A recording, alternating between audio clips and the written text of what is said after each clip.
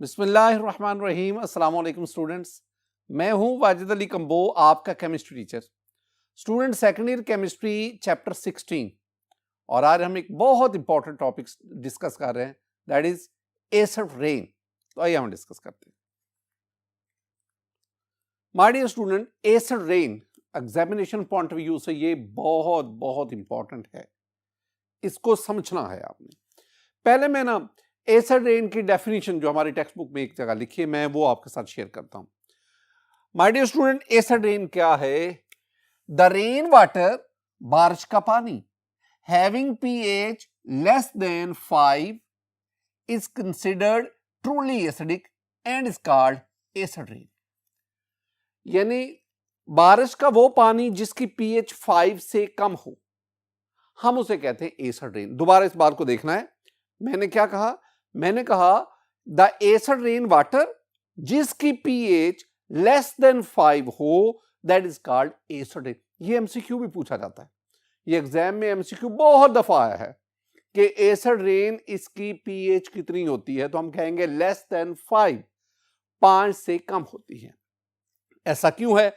Very simple, हम discuss भी करेंगे। बहुत आसान ये है स्टूडेंट कि ये जो एयर है, एयर में सल्फ्यूरिक एसिड और नाइट्रिक एसिड, इन एसिड्स की वजह से जो रेन वाटर है उसकी पीएच जो है वो कम हो जाती है, और यूं ऐसी बारिश जिसकी पीएच 5 से कम होगी, that is called acid rain. अब ना एक टर्म हम यूज करते हैं एसिड रेन, हम इसे ना एसिड डेपोजिशन भी कहते हैं। ये याद रखना, एसिड रेन को हम एसिड डेपोजिशन भी कहते हैं। हमारे बुक में ये जो वर्ड है ये यूज हुआ है। अच्छा, ये जो एसिड रेन है, ये acid deposition, it is of two types. इसकी दो शक्लें हैं। It is of it has two forms. पहली है wet deposition and number 2 that is dry deposition. अब दोनों में क्या डिफरेंस है? यानी एसिड रेन या acid deposition is of two forms, wet deposition, dry deposition. अब वेट डेपोजिशन क्या है? माय डियर स्टूडेंट, ये जो विंड है, जब विंड एसिडिक केमिकल्स को एक ऐसे एरिया, हवा में मौजूद एसिडिक केमिकल, उसको एक ऐसे एरिया में ले जाती है where the weather is wet, तो फिर ये जो एसिडिक केमिकल्स हैं ये जमीन पर फॉल करते हैं। किस शक्ल में? रेन की शक्ल में, फॉग की शक्ल में, स्लीट की शक्ल में, स्नो की शक्ल में, मिस्ट की फॉर्म में। अब जब ये जमीन के ऊपर गिरते हैं, डेफिनेटली अब ये एटमॉस्फेयर से एसिडिक कंटेंट्स वो जमीन पे आ गए, एटमॉस्फेयर क्लीन हो गया। अब ये जमीन के ऊपर बहकर नदी नालों में, फिर दरियाओं में, और फिर ये समंदर का हिस्सा बन जाते हैं, और वहां जाकर ये इक्वेटिक लाइफ को, जमीन के ऊपर लिविंग थिंग्स को, और फिर इक्वेटिक लाइफ उसको सवियरली एडवर्सली अफेक्ट करते हैं। दूसरी जो हमने पढ़ी, that is the dry deposition. अब ड्राई डेपोजिशन क्या है? विंड जो है वो हवा में मौजूद जो एसिडिक केमिकल्स हैं उनको उस इलाके में ले जाती है where the atmosphere is dry. तो वहां पे जाके ये जो एसिडिक केमिकल्स हैं they fall to the earth surface in the form of dust और स्मोक। और ये जो डस्ट है, ये जो स्मोक है, जो एसिडिक होती है, ये जमीन के ऊपर, ये बिल्डिंग्स के ऊपर, ये कार्स के ऊपर, ये प्लांट्स के ऊपर ये डिपॉजिट हो जाती है। अब इसका कुछ हिस्सा फिर दोबारा हवा चलेगी तेज, तो ये दोबारा फिर ये एटमॉस्फेयर का हिस्सा बन जाता है, लेकिन 50% ये जमीन के ऊपर रहता है। फिर बारिश होने की सूरत में ये नदी नालों के जरिए वही पानी का, दरियाओं का, समुद्रों का हिस्सा बन जाता है। तो एसिड रेन या acid deposition, it is of two types, एक ड्राई डेपोजिशन और दूसरा आपके पास wet deposition. My dear student, हम आगे बढ़ते हैं। मेरे पास है डिस्कवरी, एसिड रेन की डिस्कवरी। तो ये एसिड रेन का फिनोमिनन है, according to our book, it was discovered by Angus Smith, actually in Great Britain in mid 17th century. मैं इसको यूं कहूंगा कि ये जो एंजस स्मिथ था, इसका पूरा नाम Robert Angus Smith, he was Scottish chemist. In 1852, according to my study, 1852, he introduced the phenomenon of acid rain. Student, this phenomenon gained importance, यानी पब्लिक अटेंशन कब इसने हासिल की, as a serious environmental problem in 1950। 1960 में New York times उसने सबसे पहले ये जो टर्म है एसिड रेन इसको इंट्रोड्यूस करवाया था। ये कुछ बातें डिस्कवरी से रेलेवेंट है। My dear student, acid rain ये तो हमने पढ़ ली, जिसकी ऐसा रेन वाटर जिसकी पीएच 5 से कम होगी, that is called acid rain. Neutral rain, अब एक पैरामीटर जरा देखो, ये मेरे पास ना पीएच का एक स्केल आप ले लें। आमतौर पर जो हम वाटर ड्रिंक करते हैं, जो हम पीते हैं, इसकी जो पीएच, जैसे हम इसकी पीएच 7 के करीब है। मैं डिस्टिल्ड वाटर की बात करता हूं, उसकी पीएच 7 के करीब है, न्यूट्रल है। अगर पीएच 7 से कम होगी तो वीक एसिडिक, अगर जितनी पीएच कम होती जाएगी उतनी एसिडिटी बढ़ती जाएगी, उतनी एसिडिटी बढ़ती जाएगी। अब ये जो नॉर्मल रेन है, नॉर्मल जो आम बारिश है, न्यूट्रल रेन, अब इसकी पीएच 7 नहीं होती, इसकी पीएच भी कोई 5.6 के करीब होती है, 5.6, यानी ये भी न्यूट्रल रेन नहीं होती, इसकी पीएच 5.6, यानी ये भी स्लाइटली एसिडिक होती है। तो मैंने क्या कहा, पहली बात क्या है कि जो नेचुरल रेन है that is a slightly acidic in nature and it's pH is 5.6। क्यों इसकी पीएच 7 की बजाय 5.6 क्यों है? वेरी सिंपल स्टूडेंट, जो हवा है, हवा में कार्बन डाइऑक्साइड मौजूद है। When this carbon dioxide is reacted with water, it forms a carbonic acid. Carbonic acid is a weak acid. Due to the presence of carbonic acid, the natural rain's pH is 5.6. तो natural rain उसकी pH भी 7 से कम होती है. It is due to the formation of carbonic acid in the air. My dear student, reason मैंने बता दी कि क्यों नेचुरल रेन उसकी पीएच 5.6 क्यों है। रीजन है due to the presence of carbon dioxide in the atmosphere.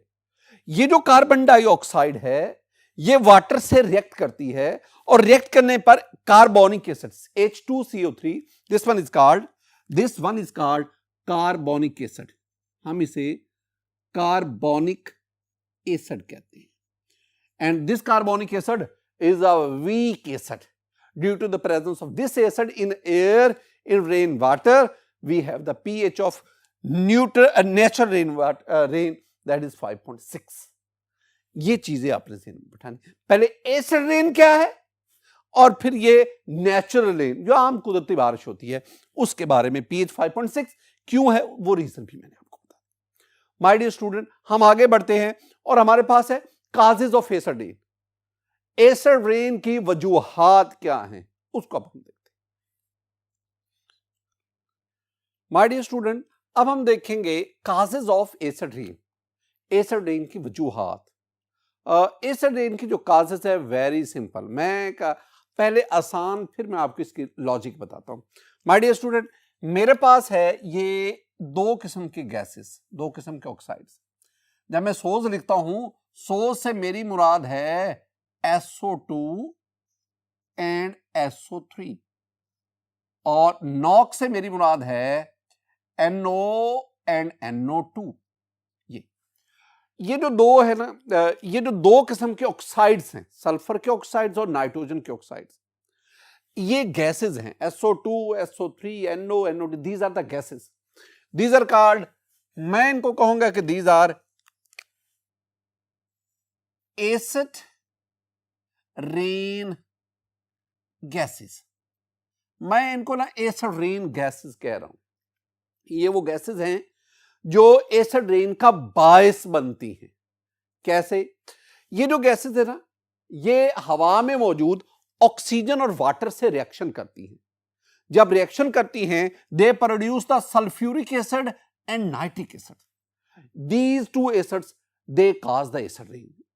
ये जो दोनों एसिड्स हैं ये हवा में मौजूद जो वाटर वेपर्स हैं उनमें मिक्स हो जाते हैं और मिक्स होकर ये एसिडिक रेन का बायस बनते हैं। एक और तरह भी आप इसको समझ सकते हैं। माय डियर स्टूडेंट, ये हैं primary pollutants, these are primary pollutants. Atmosphere में वो ऑक्सीजन, वाटर और डिफरेंट कंपाउंड उनके साथ रिएक्शन करते हैं और इनको बनाते हैं, दीज आर सेकेंडरी पोल्यूटेंट्स। और फिर ये, अगर आप वो पोल्यूटेंट्स की टाइप के सेंस में बात करते हैं, अब अगली बात की तरफ बढ़ते हैं। वो क्या है? वो ये है स्टूडेंट कि ये वाली जो गैसेस हैं, सोज और NOx, oxide of sulphur, oxide of nitrogen, ये गैसेस एटमॉस्फेयर में कहां से गई? This one is the point student. ये गैसेस मेनली ह्यूमन एक्टिविटीज की वजह से, ये हवा का हिस्सा बनती है, एटमॉस्फेयर का हिस्सा बनती है। वो कैसे? देखें, due to a large combustion of coal and oil in factories, particularly in power generating stations, वहां पे कोल और ऑयल, इसकी बर्निंग की वजह से हवा के अंदर ये सल्फर ऑक्साइड जो है ना, इनकी कंसंट्रेशन बहुत तेजी से बढ़ती है। और यही जो सल्फर ऑक्साइड्स हैं, यानी SO2 की अगर मैं बात करूं, तो SO2 हवा में मौजूद ऑक्सीजन और वाटर वेपर्स के साथ रिएक्शन करके सल्फ्यूरिक एसिड बनता है। इसका मतलब है कि ये जो सल्फर के ऑक्साइड हैं, SO2 या SO3, these are mainly produced due to the combustion of coal and oil in factories and in power generating station. अब दूसरी बात आ गई, ये तो पता चल गया कि ये SO2, SO3 ये कहां से। अब ये नॉक्स जो हैं, आई मीन NO और NO2, ये कहां से? My dear student, very important. ये जो ऑटोमोबाइल इंजन है ना, ये जो ऑटोमोबाइल इंजन है, इनका जो इंजन है, इसके अंदर टेम्परेचर बहुत ज्यादा होता है, वहां फ्यूल की कंबस्शन होती है। उस कंबस्शन के दौरान हवा इस्तेमाल होती है। अब हवा में नाइट्रोजन आप जानते हैं राउंड अबाउट 78% है, तो हवा में मौजूद नाइट्रोजन हाई टेम्परेचर पर ब्रेक होकर और ऑक्सीजन के मॉलिक्यूल ब्रेक होकर आपस में रिएक्ट करते हैं और आपके पास NO बनता है। और ये जो NO है, ये एग्जॉस्ट के जरिए, ये गाड़ियों के धुएं के जरिए ये एटमॉस्फेयर में शामिल होता जाता है।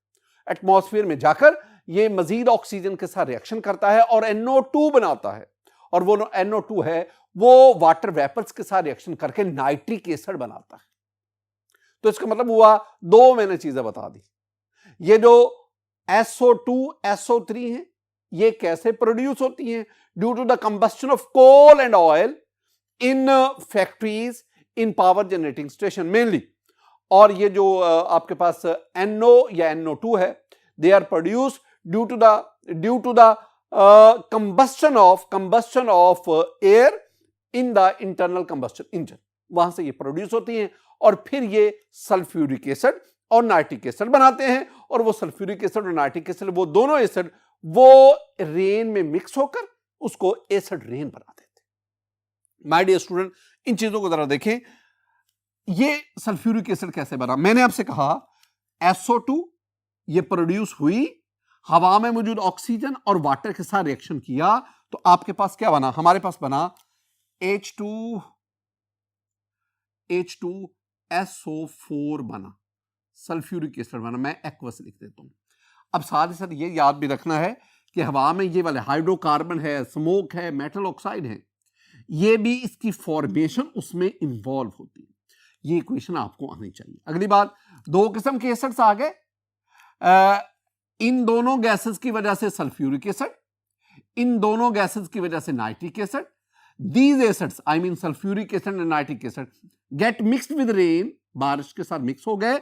The acid rain deposition include both, ये मैंने आपसे बात की है स्टूडेंट। मैंने आपसे कहा कि ये जो एसिड रेन, ये एसिड डेपोजिशन, ये दो किस्म की है, ड्राई डेपोजिशन, वेट डेपोजिशन में क्या है? वेट डेपोजिशन में it falls on the surface as snow, fog, rain, sleet, साथ ही मैंने मिस्ट भी बोला, मिस्ट की फॉर्म में। और ड्राई डेपोजिशन क्या है? ड्राई डेपोजिशन में आपके पास स्मोक है, ड्राई डेपोजिशन में आपके पास डस्ट है, इस फॉर्म में ये जमीन पे आती है।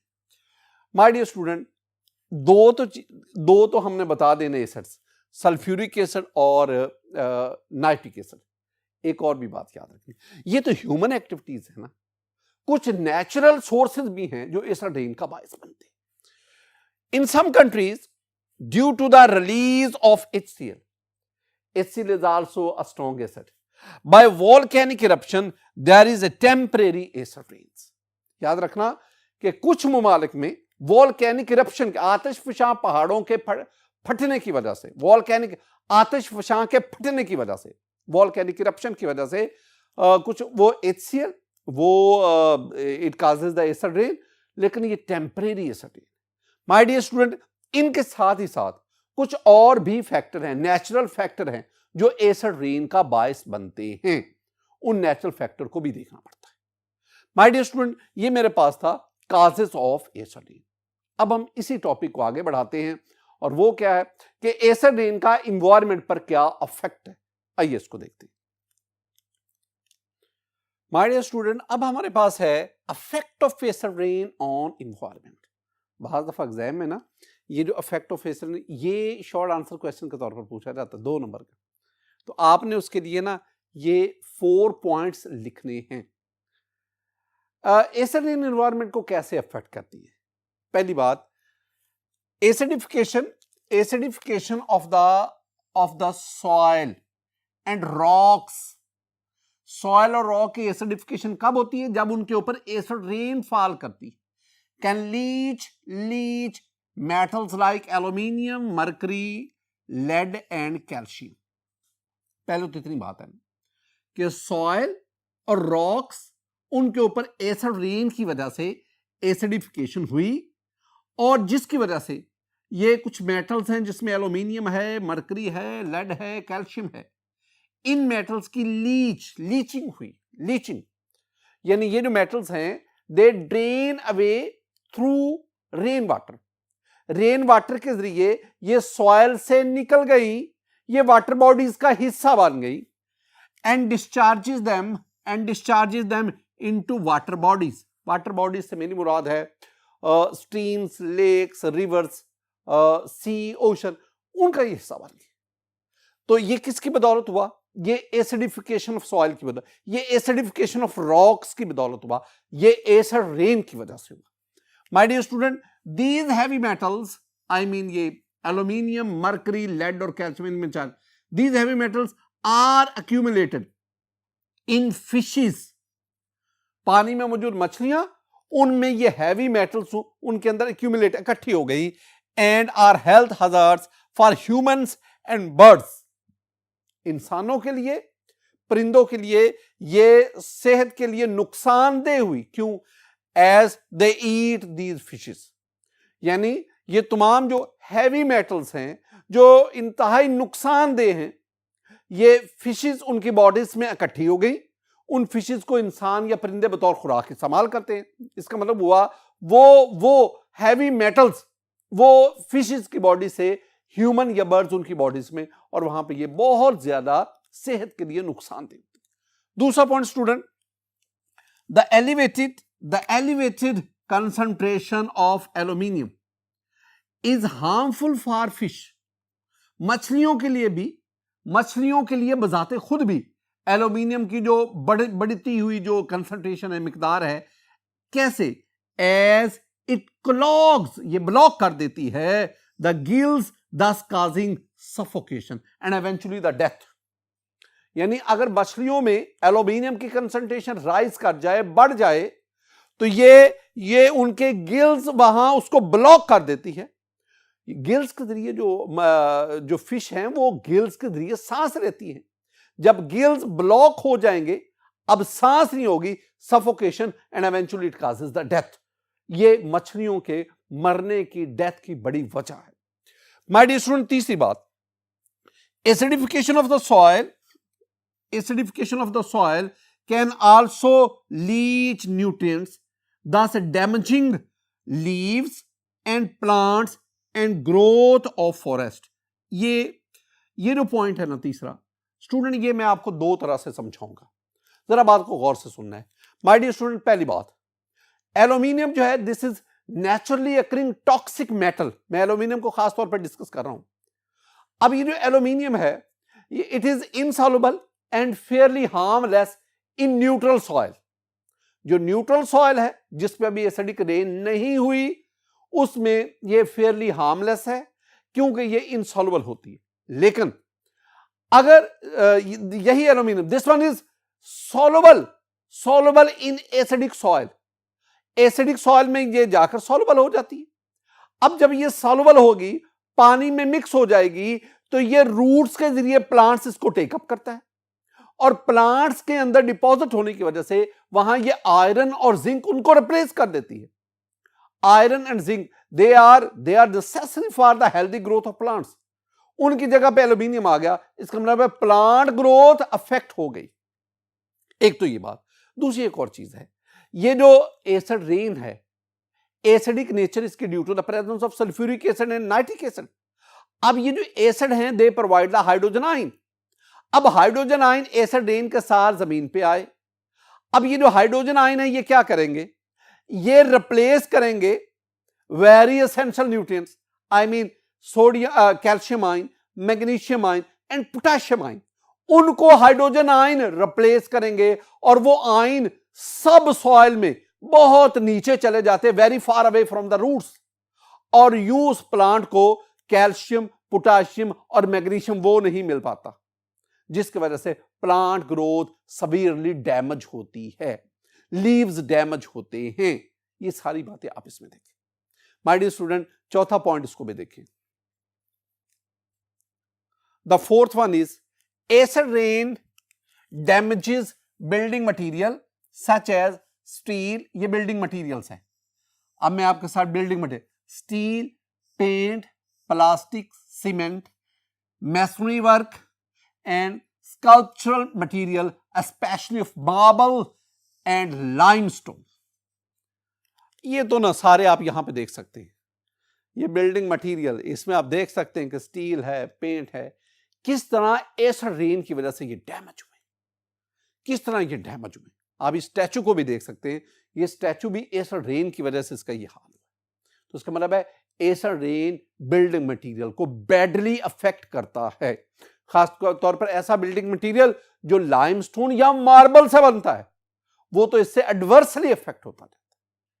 माय डियर स्टूडेंट, आज के इस लेक्चर में हमने एसिड रेन इसको डिस्कस किया।